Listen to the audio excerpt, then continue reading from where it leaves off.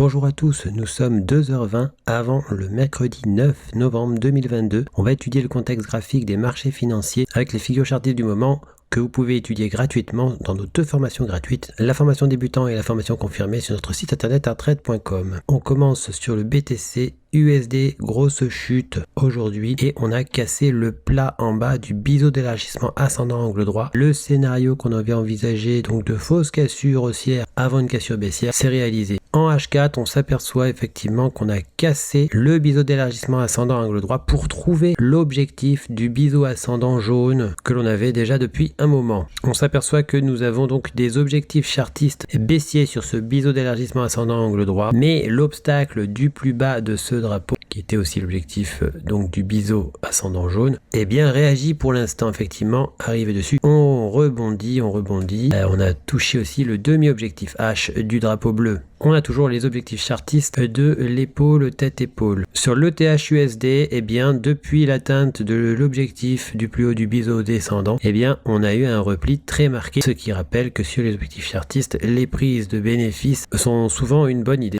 Sur l'ETH USD, on est revenu très proche du niveau d'invalidation du biseau descendant mauve. On a rasé ce niveau sans le toucher avant de revenir actuellement en cote au-dessus du biseau descendant.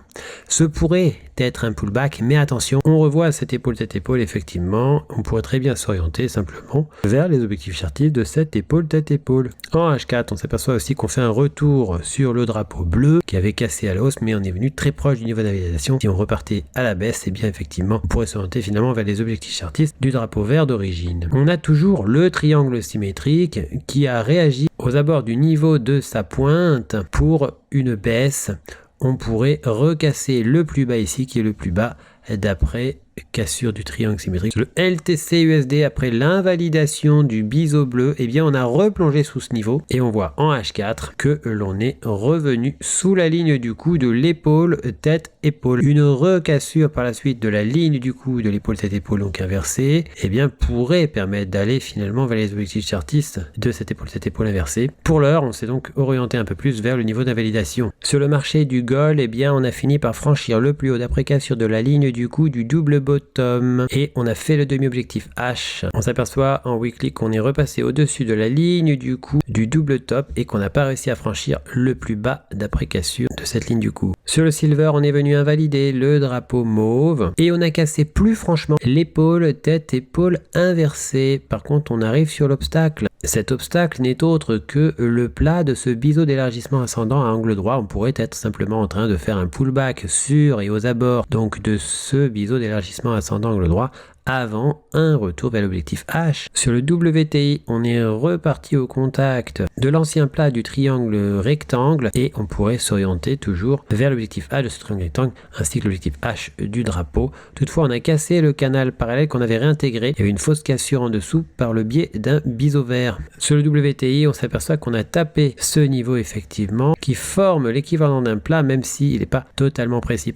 Si on cassait l'oblique à 3 points qui sert de support, eh bien on formerait alors et on validerait un triangle rectangle avec une cassure baissière. On a toujours le biseau descendant qui lui a un objectif tout en haut, tout comme le drapeau rose et le drapeau bleu. Sur le CAC 40, eh bien on a eu un repli, on a toujours l'objectif du mât du drapeau et cet objectif est aussi ciblé par ce triangle symétrique qui a cassé la baisse. On a fait un pullback à l'intérieur, un pullback généreux dans l'épaisseur du triangle, mais on est revenu au-dessus du triangle symétrique. En H1, on s'aperçoit qu'on a rebondi, fait plusieurs tentatives de rebond en tout cas sur la ligne du coup de la tasse avec anse. On a toujours le canal parallèle dont le premier objectif se trouvait être son plus haut. Sur le marché du DAX, on a fait le demi-objectif H du double bottom vert dont on avait cassé la ligne du cou. On pourrait continuer à s'orienter vers l'objectif H de cette configuration ainsi que vers l'objectif H de l'épaule tête-épaule inversée. En daily, on semble continuer à confirmer la cassure haussière du biseau descendant et on s'approche du niveau d'invalidation du triangle symétrique bleu dont on avait fait une fausse cassure baissière avant réintégration et cassure de l'autre côté. Sur l'UK 100, il y a eu moins de mouvements que sur les indices américains. En effet, sur le Dow Jones, on a fini par casser à la hausse la ligne du coup du double bottom. On a formé un plus haut d'après cassure qui sera donc à surveiller puisqu'il s'agit toujours d'un niveau sensible. Sur le S&P 500, on a réintégré largement la petite tasse avec anse. On se rapproche de la ligne du coup de la plus grosse tasse avec anse. On avait réalisé un pullback sur et aux abords donc de cette ligne du coup. En H1, effectivement, la tasse avec anse a été réintégrée au-dessus donc de la ligne du coup et on s'oriente vers le niveau d'invalidation de cette tasse avec anse. Sur le Nasdaq, on avait cassé une épaule tête-épaule à la baisse. On avait formé un plus bas d'après cassure qu'on n'avait pas réussi à franchir durablement. On a réintégré le dessus de la ligne du coup de cette épaule tête-épaule. Cela dit, une recassure de la ligne du coup n'est pas impossible. En H4, si on continuait à monter et qu'on franchissait le plus haut dessus, on formerait alors une épaule tête, épaule inversée. Pour l'instant, la seule figure formée vraiment, c'est cette épaule, tête, épaule qui a cassé la baisse mais qui a été réintégrée. On se rappelle qu'on a pris appui sur l'objectif H de l'ancien double top de continuation et que cela est le seul point d'appui que l'on a pu trouver pour un rebond. Sur le USD CAD, on a cassé la ligne du coup d'une épaule, tête, épaule. On revoit donc l'épaule, tête, épaule en H1. Cassure, on a fait un plus bas d'après cassure, on a eu du mal à le franchir mais finalement on l'a franchi.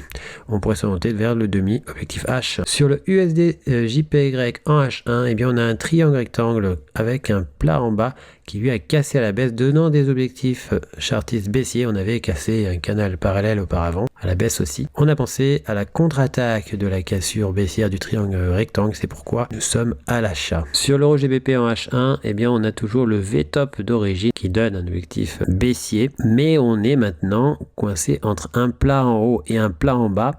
Si on recasse le plat en haut, eh bien on cassera effectivement un double bottom à la hausse pour des objectifs chartistes, mais si on casse le plat en bas, eh bien on considérera alors le rectangle figure de continuation de la tendance qui précédait sa formation, donc la tendance baissière. Sur le AUD USD, on a cassé le triangle symétrique à la hausse, mais rappelez-vous qu'on a cassé à 69% de la distance qui va du début de la résistance à la pointe du triangle, et ce qui fait qu'on a cassé avant les 70% requis. On a pris appui sur un plus haut ici. On pourrait être dans un triangle rectangle si on n'arrivait pas à franchir ce plus haut, et une cassure baissière offrirait des objectifs baissiers si on cassait ce support à la baisse. En daily, on s'aperçoit qu'on s'approche de l'ancien support de l'élargissement symétrique. Sur le GBP-NZD, on avait donc l'épaule tête-épaule qui a cassé à la baisse. On rebondit depuis l'atteinte du demi-objectif H. Sur le CAD-CHF, on a bien réintégré le biseau ascendant qu'on avait cassé une deuxième fois à la hausse. On pourrait peut-être former un support plus précis, donc à 3 points. On va essayer de surveiller ça parce qu'une cassure baissière ensuite pourrait proposer des objectifs baissiers.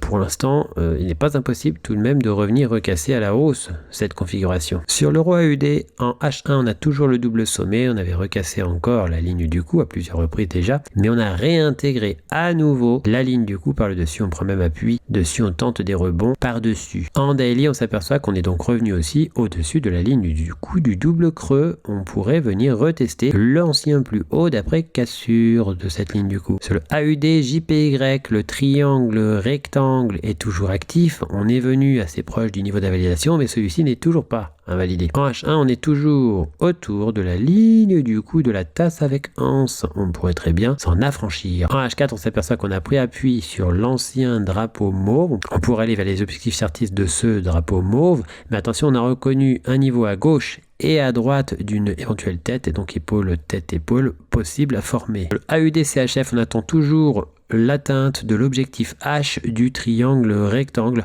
On hésite quand même pas mal autour du plus haut de ce triangle rectangle, et ce depuis un moment. Sur le GBP-JPY, on hésite toujours autour de la ligne du coup du double bottom. On a l'objectif du triangle rectangle, le premier objectif, donc le plus haut. En daily, on s'aperçoit que on avait franchi le plus haut d'après cassure et il y a eu un repli derrière. On pourrait très bien former une petite épaule, tête et épaule pour repartir à la baisse.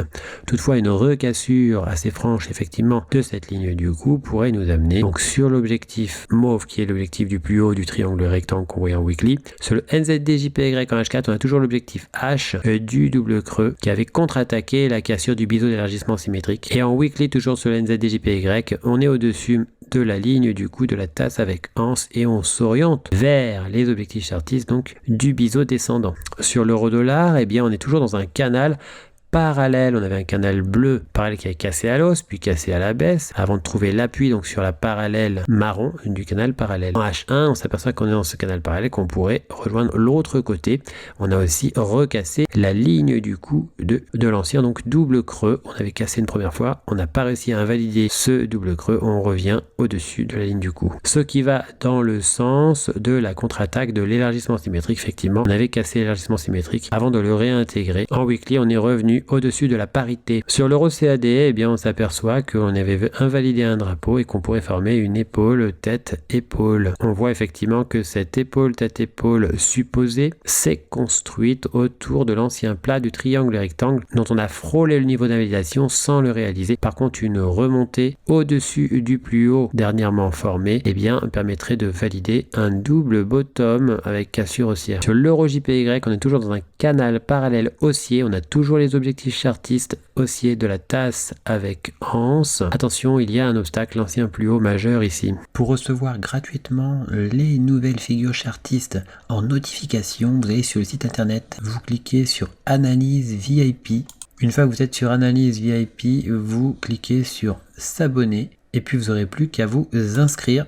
Ici, vous mettez un mail, un mot de passe, vous indiquez que vous n'êtes pas un robot et vous mettez s'inscrire. Vous serez alors abonné, vous recevrez toutes les notifications des nouvelles figures trouvées, que ce soit les figures chartistes ou les figures harmoniques. Figures que vous pouvez étudier gratuitement dans nos 2 formations gratuites, le niveau débutant et le niveau confirmé. On a encore 3 autres niveaux qui eux sont payants. En cliquant sur figures chartistes, vous arrivez sur la liste des figures chartistes du moment que l'on a posté. Vous retrouvez aussi les vidéos concernant les analyses chartistes du moment. N'hésitez pas à venir aussi nous découvrir sur notre blog, tout en haut ici, blog. Vous y trouverez nos derniers posts, les défis Art Trade, ainsi que toutes les nouvelles Art Trade. À bientôt sur notre site arttrade.com.